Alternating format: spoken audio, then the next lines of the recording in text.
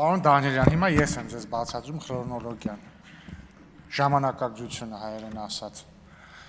Սահմանազատման գործընթացը դեռ չէր սկսվել, հայտարարվել էր, որ հեսա սկսվելու է։ Դուք ձեր շարժումը, ձեր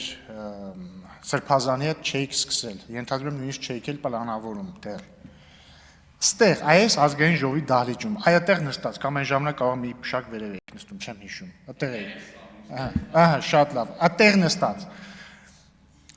այդտեղ նստած եք, հետո քայլեցիք, եկաք ստեղ, կամ էլ տեղից էլ եք ասում եք, ուզում են ոսկեպարի եկեղեցին հանձնեն Ադրբեջանին։ Ես էլ հիշում եմ այնտեղ նստած, ասեցի, պարոն Դանիելյան, ոսկեպարի եկեղեցին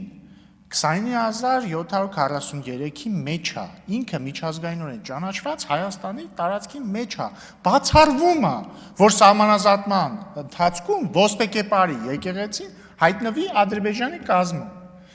Դրանից հետո դուք սկսեցիք ձեր շարժումը, մի 1000 անգամ էլի կրկնեցիք, որ ոսկեպարի եկեղեցին տալու են Ադրբեջանին, արդյունքում եղավ սահմանազատումը, ոսկեպարի եկեղեցին չտրվեց Ադրբեջանին։ Վերջ, այս է քրոնոլոգիան, դուք ոչ մի բան չեք արել, ու ոնց որ Տիկին Խամոյանին չկա շնորհակալություն հայտնելու, ոչ թե որովհետև մենք անշնորհակալ ենք, այլ որովհետև Տիկին Խամոյանը այս դեպքում չի արել բան, որի համար պետք է շնորհակալություն հայտնել։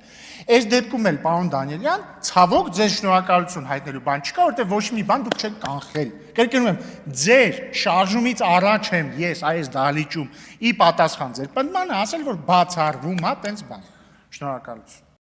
Չմոռանաք հավանել տեսանյութը և բաժանորդագրվել Civic AM-ի YouTube-յան էջին։